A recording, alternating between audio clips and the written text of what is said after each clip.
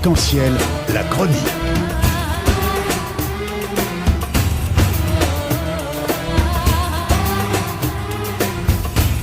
Arc-en-ciel info.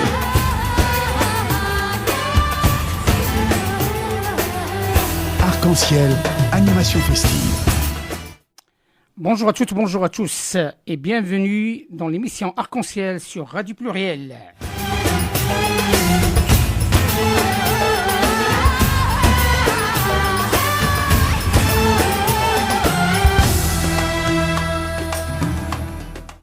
Abdilatif Fissat qui anime l'animation, le Mehdi à la technique et l'équipe plurielle de journalistes qui anime l'émission Arc-en-ciel avec nous, Hamid Chriet, éditorialiste, journaliste, écrivain à Paris, Monsieur Henri Fabre, journaliste LCP, écrivain, et Docteur Barga Abiga, journaliste, écrivain, spécialiste de la politique française en Afrique.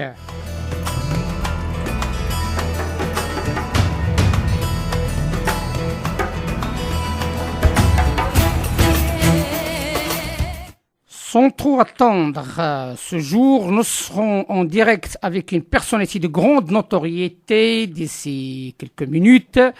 Aussi avec une deuxième personnalité qui représente les compétences marocaines en France et qui a bien tracé son chemin dans l'efficacité et la promotion de son pays d'origine, le Maroc.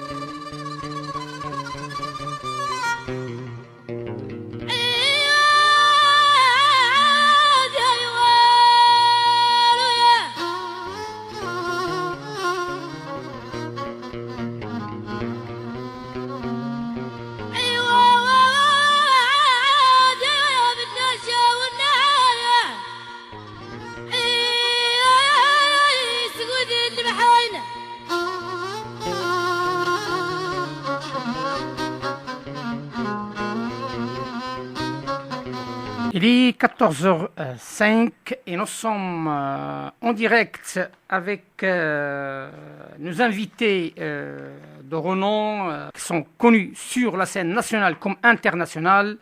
Nous sommes en direct avec le professeur Mohamed Mouatassim.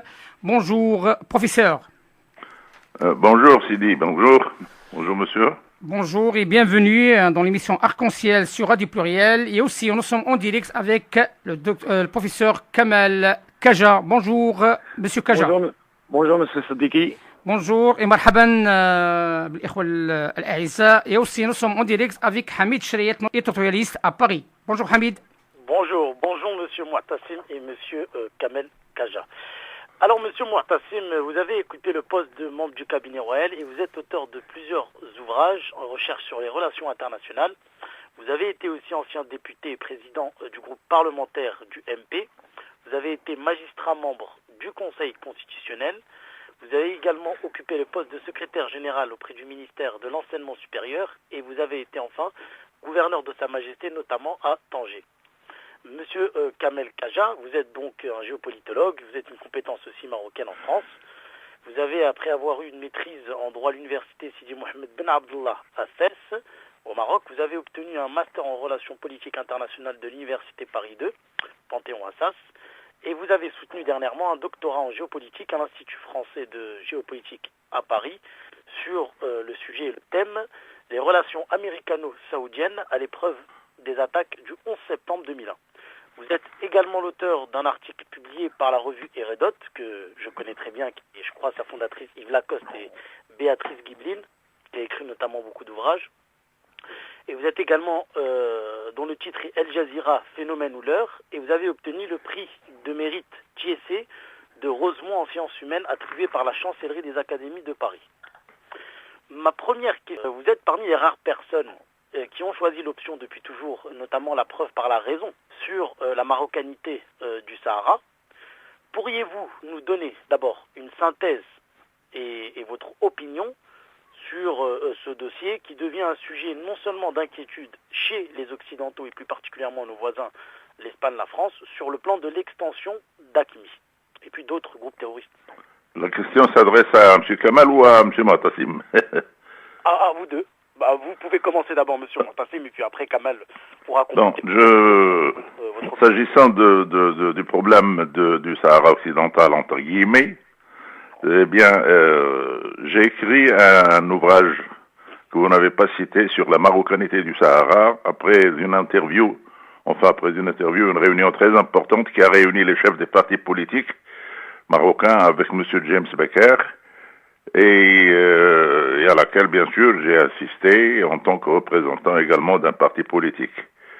Et dans cet ouvrage, j'ai expliqué de long en large toutes les injustices dont le Maroc a été victime, à la fois de la part de l'Organisation des Nations Unies et de l'Organisation de l'Unité africaine, ou la défunte OUA. C'était une lettre que vous aviez adressée au représentant du secrétaire général de l'ONU. Oui, c'est une lettre que j'ai adressée donc à M.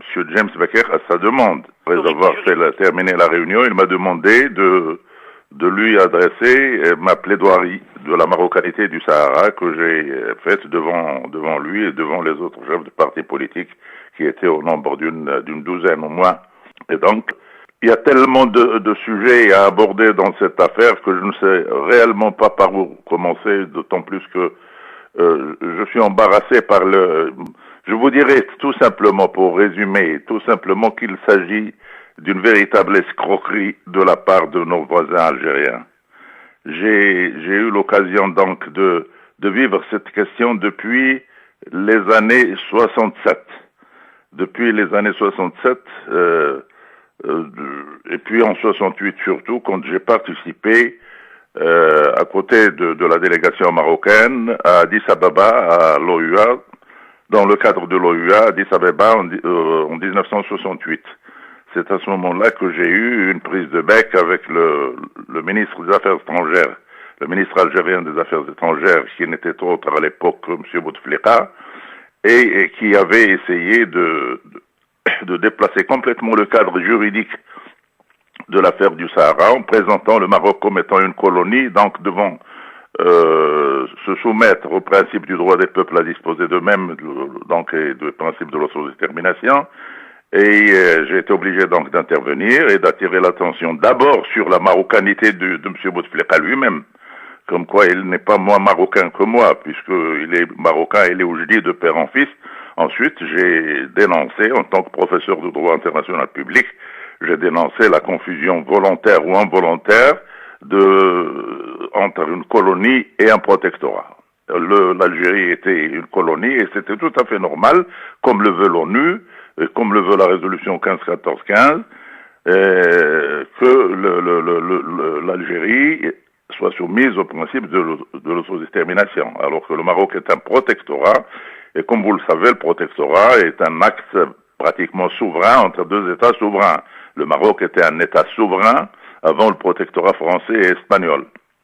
Et donc j'ai levé cet équivoque qui a fait tache d'huile un peu à l'ONU, à l'OUA, on en a aligné, etc., au point que les gens s'accrochent comme ça au droit des peuples à disposer d'eux-mêmes.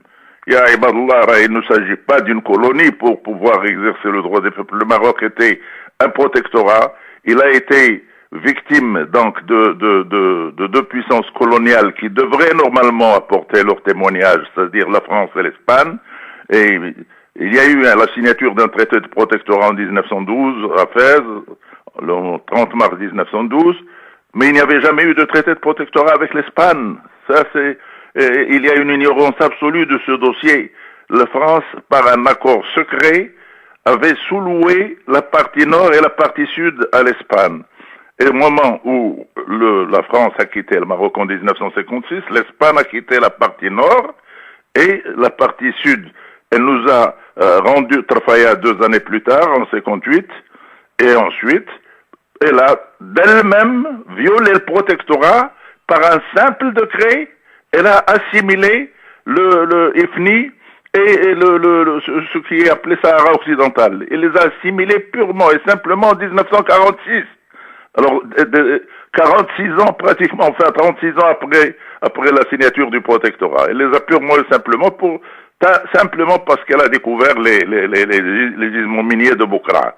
Et il a eu la France va avoir le même réflexe également quand elle aura découvert dans le Sahara central, ce Sahara central qui fait pratiquement 10 fois le Sahara occidental et dont on parle si peu, alors que s'il doit y avoir un peuple sahraoui et un État sahraoui, c'est sur le Sahara central algérien qu'il doit avoir sa place. Et au moment où la France avait découvert le gaz, les fabuleux gaz algériens, etc., elle a eu le même réflexe aussi en 1957, purement et simplement le Sahara central, le Sahara algérien, par une organisation qu'elle appelle les organisations communes des régions sahariennes, pour essayer justement de subtiliser le Sahara central et en faire un État indépendant. Mais le Maroc, qui était indépendant, le Maroc a lutté, Mohamed VI a fait même le déplacement jusqu'à Mohamed V, rahimahullah, a fait même le déplacement jusqu'à Mohamed Ghazlan pour dénoncer les manœuvres françaises et pour dire que le Sahara central est un territoire algérien et que si l'Algérie devait être indépendante, elle devait avoir son indépendance dans toute son intégrité territoriale.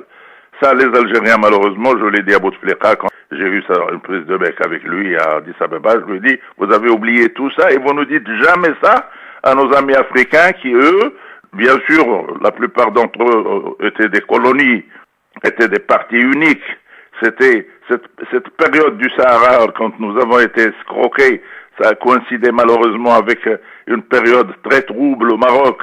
Le feu, Sa Majesté Hassan II, rahimahullah, était relativement isolé sur le plan diplomatique par la faute, bien sûr, de nos compatriotes marocains qui faisaient une opposition systématique à son régime. Maintenant, ils le regrettent. Maintenant, ils s'aperçoivent que nous avons perdu beaucoup de temps dans cette opposition systématique à la monarchie et à Sa Majesté Hassan II. Il y avait également un environnement international qui n'était pas favorable, puisqu'au sein de l'ONU, l'Algérie faisait cavalier seul, au sein des partis uniques je n'ai pas d'autre mot à utiliser que la corruption qui dominait l'Assemblée générale, et c'est dans cette Assemblée générale qu'elle a réussi à tromper l'Organisation des Nations Unies et à faire passer en 1966 la résolution 2229, qui a été une résolution catastrophique pour le Maroc, alors que l'ONU, comme je l'avais dit à M. James Becker, je lui dis, votre injustice a consisté à transformer la résolution 2072 qui, en 1965, a mis les choses au point, a identifié le protecteur, c'est-à-dire l'Espagne, et le protégé, c'est-à-dire le Maroc, et a voté une résolution très importante, la 2072, qui demande à l'Espagne d'entrer en négociation avec le Maroc pour la libération d'Ifni et du Sahara occidental. Et en 1966, l'Algérie arrive en force au sein de l'Assemblée générale, elle domine l'Assemblée générale avec les partis uniques africains, et elle fait passer cette résolution 2229 qui pose le problème encore une fois de l'autodétermination, en violation tout à fait de la résolution 15-14-15, qui ne pose pas simplement cette résolution 15-14-15, qui ne pose pas simplement le droit des peuples à disposer d'eux-mêmes, mais qui pose aussi dans son paragraphe 6 l'interdiction de pouvoir remettre en cause l'intégrité territoriale des États. Alors elle faisait, comme nous disons en arabe, une lecture de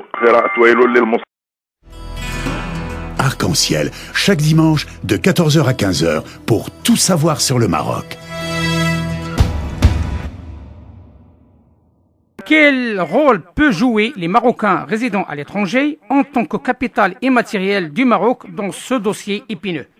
Alors, avant de répondre à votre question, j'aimerais compléter le rappel historique du professeur Mortassim en disant que la question ne serait pas posée si le Maroc a été colonisé par une seule puissance coloniale, mais aussi que le Maroc, qui était membre constituant de l'Organisation de l'Unité africaine, il a mis une réserve lors de la formation de cette organisation en stipulant que le principe du itis possidetis iuris, ça veut dire que la non-unité des frontières issues du colonialisme ne s'applique pas au Maroc.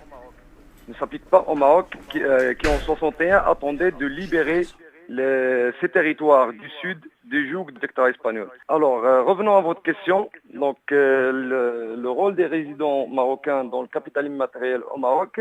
Avant tout, j'aimerais revenir sur le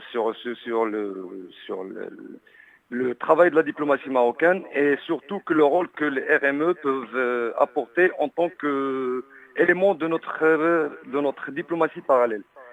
J'aimerais dire que face aux nouveaux enjeux géopolitiques et stratégiques, le Maroc doit se doter d'une politique étrangère cohérente, voire ambitieuse.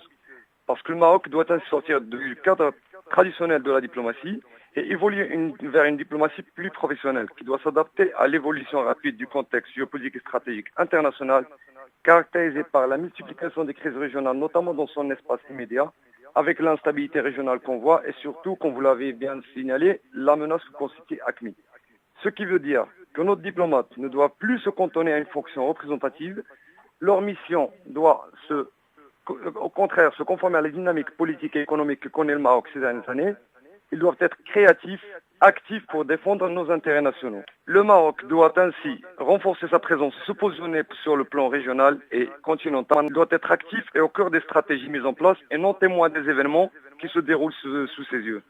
C'est pour ça que je dis que sous l'impulsion de Sa Majesté, donc le Maroc a commencé à mettre le point sur la diplomatie parallèle et la nécessité de la renforcer, dans laquelle toutes les forces vives de la nation, que ce soit les partis politiques, le Parlement, la société civile, les universités et les médias, doivent prendre part à travers leur implication dans l'élaboration d'orientations et initiatives étant prêts à la politique étrangère de notre pays pour constituer un front commun pour défendre nos intérêts nationaux. C'est Kamel Kaja, donc compris l'intervention, il est temps qu'il y a une diplomatie réellement professionnelle et en même temps on tient compte des compétences, une force active et importante des Marocains résidant à l'étranger pour la promotion du Maroc sur différents plans. Bien sûr. C'est là que réside le rôle que les résidents marocains à l'étranger peuvent et doivent apporter à travers leur contribution dans leur pays d'accueil, participer activement dans cette diplomatie parallèle pour défendre nos intérêts nationaux. Parce que quand on parle de l'image du Maroc, en géopolitique, l'image, ça relève d'un élément subjectif. Même si c'est important, mais il faut dire que les relations internationales sont basées sur les intérêts nationaux. Sur les intérêts nationaux, c'est pour ça que les résidents marocains à l'étranger doivent s'impliquer auprès des instances de leur pays d'accueil, mais doivent avoir le soutien de leur pays d'origine d'ailleurs, qui est le Maroc, qui doit les intégrer dans une vision globale dans sa démarche diplomatique et doit bénéficier de leur expérience et leur permettre d'apporter leur édifice à cette nouvelle dynamique politique, socio-économique que connaît le Maroc. Arc-en-ciel, la chronique. Parfait, c'est Kamel. Nous en direct avec journaliste de très haut niveau et nous surprésenté, c'est notre vice-président de la radio, M. Mohamed Amloul, un ardeur défenseur de la Mazir et aussi il est mon conseiller fédéral du Congrès international Amazir qui souhaite poser une question à Sey Moutassim vu que Sey Moutassim est l'auteur de l'ouvrage Les Berbères et l'évolution politique au Maroc. D'abord, bienvenue sur nos ondes à partir du Maroc, donc vraiment bienvenue. De plus que son ouvrage est plus que d'actualité aujourd'hui dans le Maghreb, parce que c'est un ouvrage qui traite de l'évolution de la question berbère politiquement au Maroc, mais je pense qu'il doit avoir un regard sur les pays voisins comme la Tunisie, l'Algérie, l'Égypte.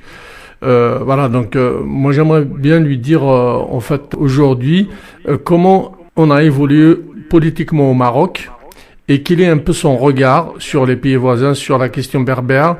Est-ce qu'il voit un demain le futur, je dirais, au profil de cette langue au niveau des constitutions, tout simplement, que ce soit du Maroc, d'Algérie ou de la Tunisie? Oui, ce n'est certainement pas dans cet ouvrage que vous trouverez la réponse à vos questions. Mais ce que je dois vous dire, c'est que la question de berbère au Maroc notamment, que je domine bien, a supporté longtemps les séquelles de ce fameux daïr berbère. Ce daïr berbère de 1930, qui a été imposé à Sa Majesté Mohamed V par le protectorat et dans lequel la France coloniale, la France protectrice entre guillemets, avait tenté de séparer le Maroc en deux zones, une zone berbère et une zone arabe, alors que le Maroc devait être uni, et donc ce Daïr qui a été combattu par le peuple marocain et qui a été à l'origine même du soulèvement du nationalisme dans les zones rurales. Autrement dit, ce Daïr a eu l'effet contraire. Tout ce qu'attendait le protectorat de ce Daïr, c'est retourner contre le protectorat, puisque il y a eu des manifestations non seulement à Fès, mais un peu partout au Maroc, criant Latif, Latif, Ya Latif, Ya Latif, Bina Ya Latif, La Tufarriq Binana wa Bina Ikhwana al-Warabir. Toujours est-il que ce Daïr a eu donc une sorte de chic-node, une sorte de départ du nationalisme intégral, que ce nationalisme qui ne touchait que les villes bourgeoises de Rabat, Fès, Salé, eh bien, il a commencé à toucher les zones rurales.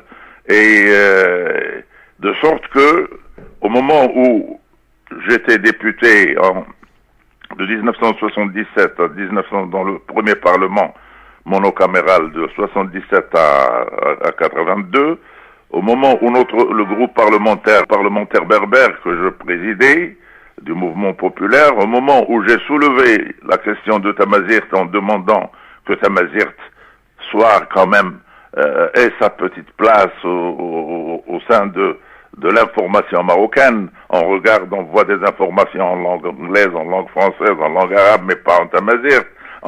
On parle toutes les langues sauf Tamazirt.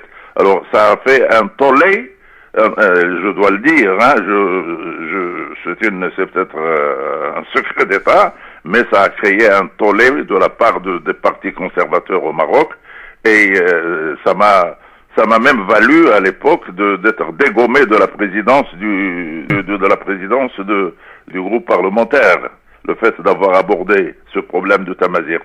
Alors que finalement, aussi bien dans ma thèse que ce que je disais au Parlement, c'est uniquement pour désacraliser ce phénomène et montrer d'une composante marocaine qui est une culture marocaine de nos ancêtres qu'il faut cultiver, à laquelle il faut donner la place qu'elle mérite, et que cela ne porte en aucun cas préjudice.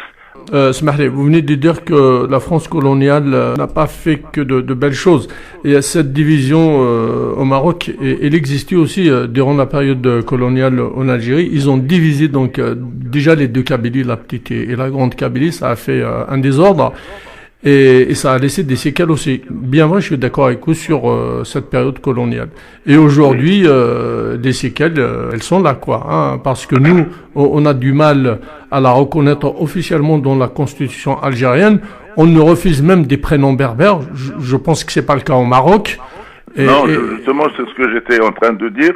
C'est que avec l'arrivée de Sa Majesté Mohammed VI, eh bien, les choses ont changé.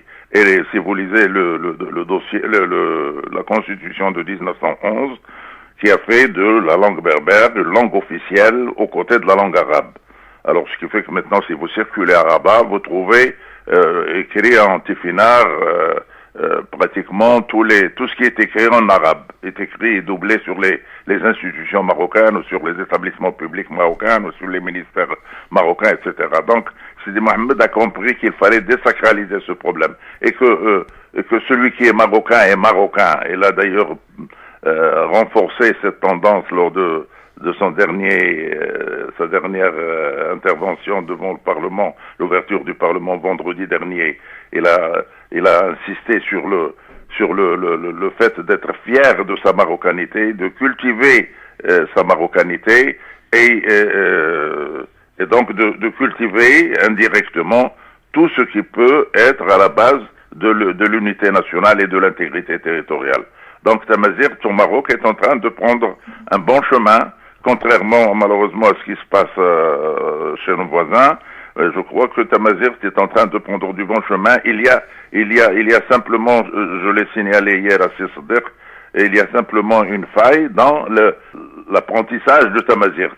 Je dis que nous n'avons pas revendiqué pendant des années et des années le Tamazirt pour simplement écrire avec des lettres finales que très peu de gens comprennent. Simplement, nous avons revendiqué Tamazirt pour qu'elle soit parlée par le juge qui s'adresse à des nationaux dans le Moyen Atlas, dans le Haut Atlas, dans l'Anti-Atlas, dans le Souss, un peu partout, et qui s'adresse à des justiciables dans une langue qu'ils ne comprennent pas. Ce juge devrait faire l'effort d'apprendre Tamazirt. Le gendarme devrait faire l'effort d'apprendre Tamazirt. Le policier devrait faire l'effort d'apprendre Tamazirt. N'importe quel fonctionnaire ou serviteur de l'État devrait faire l'effort d'apprendre Tamazirt. Et pour l'apprendre, je pense qu'il faut trouver d'autres moyens didactiques autre que le passage par... Alors, je peux vous répondre en quelques secondes. Abdelatif va m'excuser parce que j'ai pris un peu de son temps. Ce que vous dites est très très important. C'est même le souhait de tous les pays voisins de voir un juge, un avocat ou un extrait de naissance en langue berbère aujourd'hui. Mais je vous garantis que nous, notre institution qui est le Congrès mondial Amazigh, où je suis conseiller fédéral, surtout les années 98 avec Id Belkacem, avec Rachid Raha qui sont nos frères marocains, on a opté pour le latin. Donc aujourd'hui, policier, juge, arabophone, il peut écrire en latin. On l'écrit en latin, donc il n'y a plus ce problème de Tifina. On va les garder comme... juste comme ça, mais aujourd'hui on travaille avec le latin. C'est accessible à tout le monde. Je vous félicite, monsieur. Voilà. Je vous félicite parce que moi, quand j'écriais ça devant le conseiller de Sa Majesté, Rahimahullah, monsieur Belfré, quand je lui ai dit nous n'avons pas lutté pendant des décennies pour la langue arabe, pour que vous veniez l'enterrer par par un alphabet qui est normalement qui devrait être le travail des chercheurs et des scientifiques, mais qui ne doit pas être le langage des enfants à l'école. Un enfant qui arrive à l'école, qui a devant lui l'alphabet arabe, l'alphabet latin, l'alphabet de Tufinar, etc., est un enfant perdu. Ça ne se fait jamais dans aucun pays avancé, ni en France, ni en Amérique, ni dans les pays européens d'une manière générale. Donc, je vous félicite d'avoir choisi l'alphabet latin, qui n'est pas l'alphabet du protectorat. C'est ça la confusion que font les gens. Le fait d'utiliser l'alphabet latin, on pense que c'est l'alphabet français, donc on utilise la langue française, donc on utilise la langue de l'ex-colonisateur, donc, et c'est faux. On utilise l'alphabet latin est utilisé en Amérique latine, il est utilisé partout. Et si justement on veut enrichir au niveau linguistique, l'arabophone a le droit d'apprendre le berbère à partir de cette écriture. D'ailleurs, c'est une richesse, apprendre l'arabe, apprendre le berbère. Je pense que ça peut qu'apporter, conforter les liens de fraternité entre les deux ethnies. Je suis un ancien d'Azrou, du collège berbère d'Azrou. Oui. Et les Français apprenaient le berbère à ceux qui ne le savaient pas par la chrestomatie marocaine, c'est-à-dire un ouvrage qui est fait avec d'un alphabet latin. Et si on utilise l'alphabet latin, on pourrait ouvrir la voie à l'apprentissage du berbère aussi bien au Maroc qu'en France.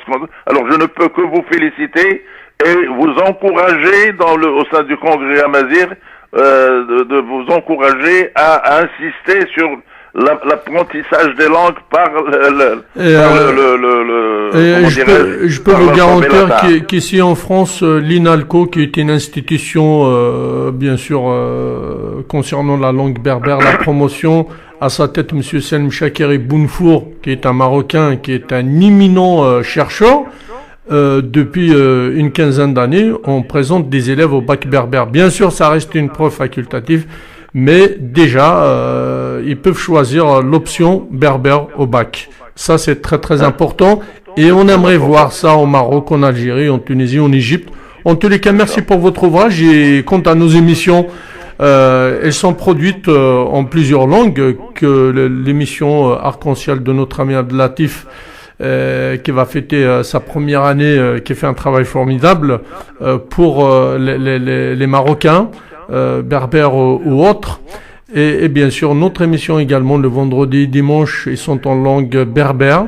Mais on invite également nos amis arabophones. Voilà, on est là pour faire la promotion, pour vous inviter, pour essayer de vous faire connaître et parler de vos ouvrages. Voilà, Bien sûr, merci beaucoup.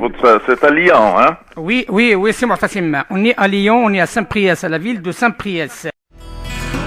Arc-en-ciel, chaque dimanche de 14h à 15h pour tout savoir sur le Maroc. C'est ça. Oui, juste un instant, parce que là, il y a une deuxième personne qui est en ligne, un journaliste de la chaîne parlementaire, qui posera la question en même temps à vous, c'est Kamel, et je prendrai la parole tout de suite derrière pour la suite de ce débat, de ce beau débat. Oui, Henri, bonjour. Oui, bonjour, c'est formidable ce que j'ai entendu là, c'est vraiment... En plus, on voit les conséquences, les séquelles et l'évolution des décolonisations, de la colonisation, bien entendu, et des décolonisations. Et encore une fois, moi qui suis catalan, je suis devant une carte du monde en ce moment, et notamment devant une carte de l'Afrique et du fond de la Méditerranée de mon côté, puisque je suis catalan, et je me dis comment on a fait les partages ensuite, comment on a coupé, et c'était la question que je voulais poser à ces personnalités, comment on a coupé la Catalogne, on le voit très bien, on a pris les Pyrénées pour la couper, mais comment on a fait pour couper le Maroc de l'Algérie? Le Maroc a été un État souverain. Je vois une drôle de frontière avec plein de tours, de trucs, et je me dis, mais qui a décidé, c'est évidemment les colonisateurs de l'époque, mais qui a décidé le découpage du Maroc et en fonction de quoi par rapport à l'Algérie? Eh bien, je vais vous dire une chose, monsieur, vous abordez un problème très très important là par votre question, parce que là, oui. il s'agit d'une grande responsabilité de la France coloniale, parce que oui, moi, en tant que étudiant en France, étudiant français, enseignant en langue française, je sépare toujours la France en deux parties. La France des démocrates, la France authentique, la France profonde et la France des colonisateurs. Oui. Eh bien, malheureusement, à partir du moment où la France a pris l'Algérie et qu'elle l'a assimilée en colonie, eh bien, elle a tout fait pour essayer d'agrandir. Est-ce que vous n'êtes pas scandalisé par la superficie de 2 millions et quelques kilomètres carrés de l'Algérie au détriment du Maroc? Est-ce que vous n'êtes pas surpris par un Sahara central qui fait 10 fois le Sahara marocain? Et avec ça, rien n'arrête l'hégémonisme algérien, rien n'arrête l'impérialisme algérien. Eh bien, tout simplement parce que la France supporte une grande responsabilité. La France, pensant que l'Algérie est française et qu'elle allait y rester ad vitam aeternam, eh bien, elle faisait tout. Elle a assimilé Tindouf, qui faisait la prière au nom du sultan marocain depuis des siècles. Elle a assimilé Touet, elle a assimilé Khnadza, elle a assimilé donc tous ces territoires qui n'étaient pas du tout algériens. Elle les a assimilés. Et si la France avait été restée longtemps en Algérie, elle aurait assimilé même le Maroc. Elle l'aurait même transformé également en colonie. C'est ça ce qui fait que nous avons des frontières. Oui, c'est moi, Tassim, s'il vous plaît. J'ajouterai, justement, c'est Kamel Kaja, vous pouvez intervenir. J'ajouterai encore une chose, c'est que après l'indépendance du Maroc, la France a voulu négocier la délimitation des frontières avec feu Sa Majesté Mohamed V et il a refusé. Il a dit qu'en fait, nous traiterons des frontières avec un gouvernement algérien indépendant. Et cependant, dès que l'Algérie malheureusement a eu son indépendance, on a eu la guerre des sables, alors que la plupart du mouvement, la plupart des gens qui composaient le FLN, ils sont passés par le Maroc. Bouteflika, il est né en Algérie, à Oujda. Donc on regrette cette délimitation qui a porté préjudice au Maroc. Oui, c'est Kamel Kaja, donc je suis sincèrement très heureux aujourd'hui de la richesse du débat et de sa transférabilité parce qu'on me reste encore une dizaine de minutes.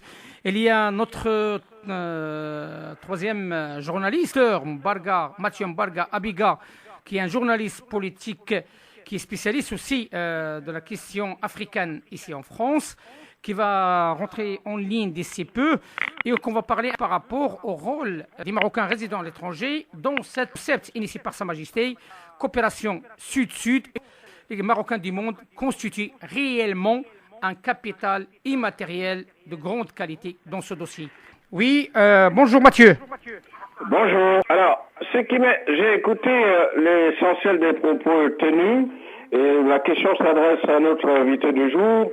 Elle est extrêmement précise. La coopération Sud-Sud, quelle est son appréciation de cette démarche qui en réalité est un grand rêve pour l'Afrique en développement et en réalité, quelles sont les perspectives et projections de cette démarche qui pour l'instant est de manière théorique? Le Maroc, il a engagé une diplomatie très ambitieuse envers le continent africain. Ça veut dire quoi très ambitieux? C'est-à-dire théoriquement ou pratiquement ou les deux? Non, c'est pratiquement, quand on voit les voyages qu'a effectué Sa Majesté au niveau dans le continent, quand on voit les échanges, quand on voit l'implication des entreprises marocaines et l'expertise qu'ils peuvent apporter dans plusieurs domaines, que ce soit dans le domaine aérien ou dans le domaine des ports ou dans le domaine voire même de l'éducation. Donc, et le Maroc, normalement, il a cette obligation de diversifier ses partenaires. Donc, on peut pas se cantonner à une diplomatie exclusivement vers l'Europe. Il faut développer d'autres partenaires, que ce soit les pays émergents, les puissances émergentes, et même aussi dans le continent africain. Et je regrette aussi... Oui, mais pardonnez-moi de vous interrompre, l'idée c'est de rester dans la coopération Sud-Sud. Nous avons noté que le Maroc, il y a une organisation des foires, par exemple, foire de Maroc, Cameroun, il y a des initiatives. C'est pourquoi c'est important que vous nous précisiez les pratiques, les démarches pratiques, puisqu'on n'est plus dans la théorie, vous l'avez rappelé, mais de manière pratique, qu'est-ce qui est fait? Est-ce que, pour assurer les populations Sud-Sud, les populations africaines sans pour autant chasser d'autres communautés. Le Maroc, il a participé à plusieurs conférences, que ce soit par exemple en Afrique du Sud, voire le forum social qui s'est déroulé à Dakar. Et je rajoute même l'initiave qu'a pris le Maroc aussi de donner une carte de séjour des résidents africains qui sont au Maroc. Donc, vous pouvez les intégrer dans ce marché de l'emploi et tout. Donc il y a plusieurs initiatives, ce n'est que le début. Donc on attend encore plus des autorités marocaines, des universités, des entreprises et aussi des ONG, donc de s'impliquer dans cette coopération Sud-Sud. Juste d'un mot, puisque le temps passe très très vite, vous l'avez observé, il y a donc une exigence de créer aussi ce pôle de communication par les médias pour que l'action lancée par le roi Mohamed VI soit un relais pour une bonne information. C'est-à-dire le travail que vous êtes en train de faire doit être diffusé le plus largement possible à travers ces supports ou les supports de communication adaptés pour cela. Mais merci de m'avoir répondu et d'avoir compris que vous êtes dans l'idée que la grande ambition, les grandes réalisations pour une projection de l'Afrique qui gagne entre Sud-Sud et aussi à travers d'autres nationalités, d'autres nations. Merci Mathieu. Docteur Mathieu Mbarga Abiga, journaliste politique, spécialiste de la politique française en Afrique. À très bientôt. Donc, merci. Merci à vous. On va rester en ligne avec nos invités et on va marquer une toute petite pause avec un discours qui nous tient à cœur, qui concerne l'ensemble des Marocains patriotes qui croient aux constantes dans notre pays d'origine.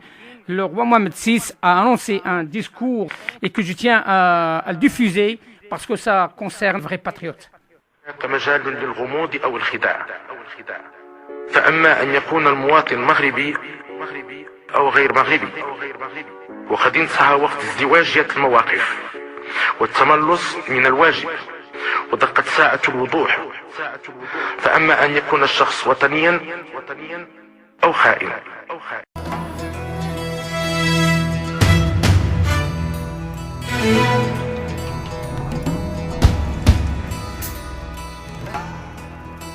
Arc-en-ciel, votre émission marocaine, chaque dimanche de 14h à 15h pour tout savoir sur le Maroc.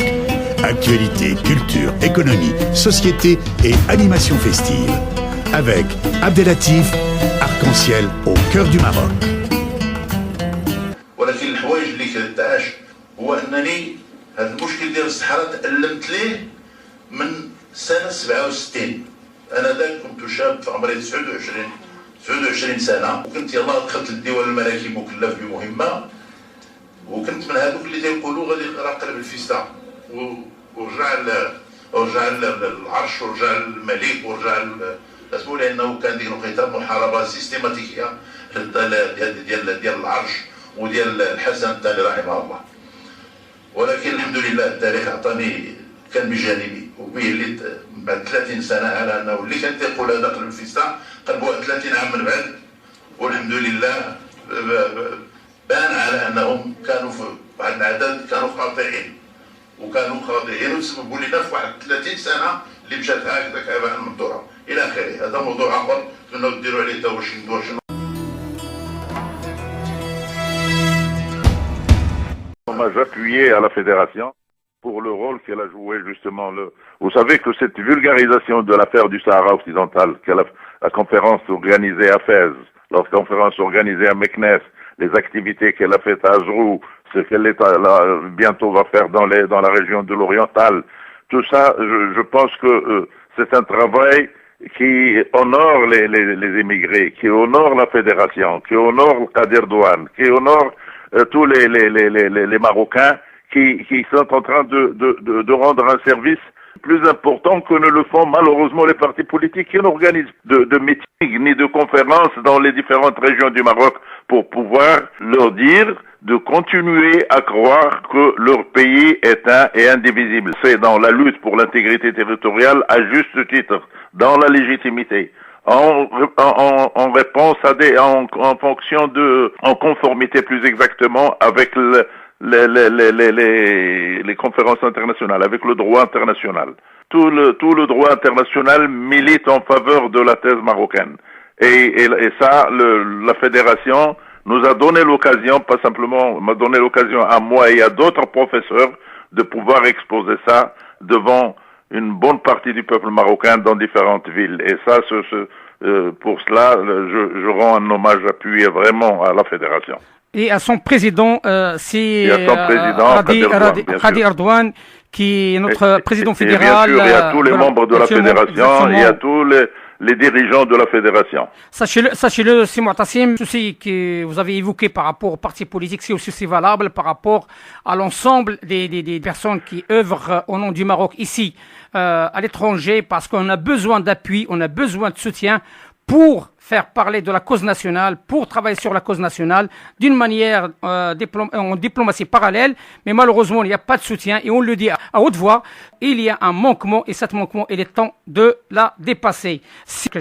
Il faut dire que la culture et l'attachement des résidents marocains à leur pays d'origine que le Maroc est un vecteur de lien entre ces derniers et leur pays d'origine et constitue un atout pour le Maroc. Et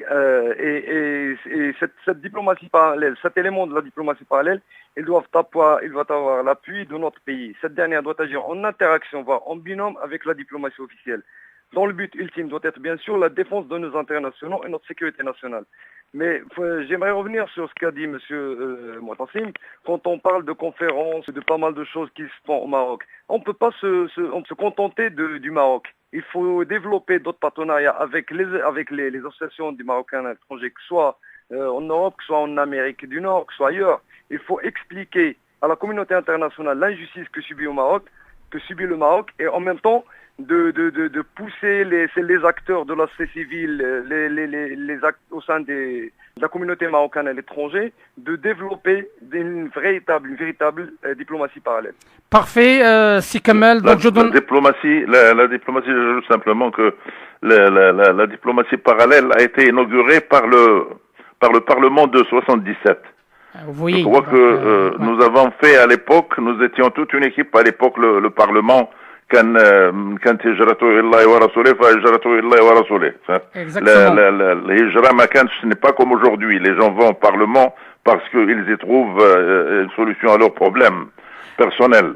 Mais à l'époque, nous nous sommes retrouvés au Parlement une pléiade d'intellectuels, de professeurs, d'avocats, etc. Et nous avons pris en charge l'affaire du Sahara en diplomatie parallèle. Et je vous assure que nous avions fait un travail nettement supérieur à celui que faisait le ministère des Affaires étrangères. Sans aucun doute, c'est le Mu'tasim. Il y a Hamid qui souhaite rajouter 2 mots parce qu'il me reste 5 minutes avant la fin de l'émission. Oui, Hamid. Oui, simplement pour compléter, c'est que je pense que le moment est donc venu de prendre des initiatives audacieuses, et notamment, comme a dit notre confrère Mathieu Mbarga-Vega, il est temps qu'il y ait vraiment une diplomatie parallèle et des moyens de communication qui soient aujourd'hui à la hauteur pour le Maroc et pour défendre cette cause nationale, ce Sahara qui est marocain, et développer des moyens de communication à l'heure où aussi la diplomatie de l'information est une diplomatie, je crois à mon sens, fondamentale et importante au sein de la communauté internationale. Oui, Hamid, merci infiniment de cette participation. On te dit à la semaine prochaine. Et si je puisse me permettre pour conclure, l'émission Arc-en-Ciel, qui est la seule émission unique, il faut le dire, sur la promotion des relations France-Maroc et des Marocains dans le monde, participe à cela. Oui, mais c'est un honneur et c'est un devoir patriotique que nous assumons depuis plus qu'un an et demi maintenant. Et nous sommes heureux de constater qu'il y a plus de 26 pays qui nous suivent à travers des statistiques de YouTube et d'autres organismes de diffusion de cette émission. Nous sommes heureux et c'est un devoir patriotique et c'est un devoir de respect aux constances de notre royaume. C'est Mu'tasim, nous tenons à vous remercier infiniment de cette participation et on vous donne rendez-vous. Je n'oublie pas, à côté du Kader Douane, de rendre hommage aussi à une personne qui se démène beaucoup au Maroc, qui s'appelle Maître Kja.